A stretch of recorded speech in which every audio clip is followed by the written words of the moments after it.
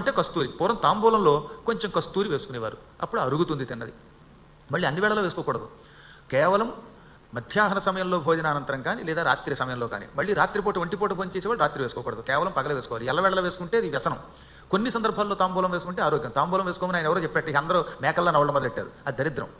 తాంబూలం వేసుకోవడానికి నియమములు చెప్పారు. మాధ్యాహ్నిక భోజనానంతరం, అది కూడా పితృకార్యం కాకుండా ఉంటే, దేవకార్యం కాకుండా ఉంటే తినాలి. ఉదాహరణకి ఇవాళ శివరాత్రి ఉపవాసం ఉన్నావు, మర్నాడు పవిత్ర భోజనం చేసావు, అప్పుడు తాంబూలం వేసుకుంటే శివరాత్రి ఉపవాసం ఉన్న తర్వాత కళ్ళు తాగిన వాడికి ఏ పాపం వస్తుందో ఆ పాపం వస్తుందట. అంత ప్రమాదం తెలిసిన. తాంబూలం కూడా ఎప్పుడు పడితే అప్పుడు వేసుకోకూడదు. హాయిగా ఇళ్లలో పండగల భోజనాలు చేసేటప్పుడు కానీ, పెళ్ళిళ్ళ భోజనాలు చేసేటప్పుడు కానీ, లేదా ఇంకేమైనా ఉపనయన భోజనాలు చేసేటప్పుడు కానీ, అలాంటప్పుడు మాత్రం తాంబూలం వేసుకోవచ్చు. ఉపవాసాలు ఉన్నప్పుడు, దీక్షలతో ఉన్నప్పుడు, బ్రహ్మచర్య దీక్షతో చదువుకుంటున్నప్పుడు తాంబూలం నిషిద్ధం. అసలు చదువుకునే విద్యార్థికి మాత్రం తాంబూలం పొరపాటును కూడా పనికిరాదు. తాంబూలం బ్రహ్మచారికి ఎంత నిషిద్ధమో మొత్తం శాస్త్రాలన్నీ చెప్పి. అలా తాంబూలం వేసుకుంటే ఒక శిష్యుడిని పూర్తిగా గురుకుల నుంచి బయటికి గెంటేశాడు బృహస్పతి. కాబట్టి అలాంటి పనులు చేయకూడదు. ఇప్పుడు మాత్రం ఎవరో ఒక గొప్పవాళ్ళే వేసుకుంటారు.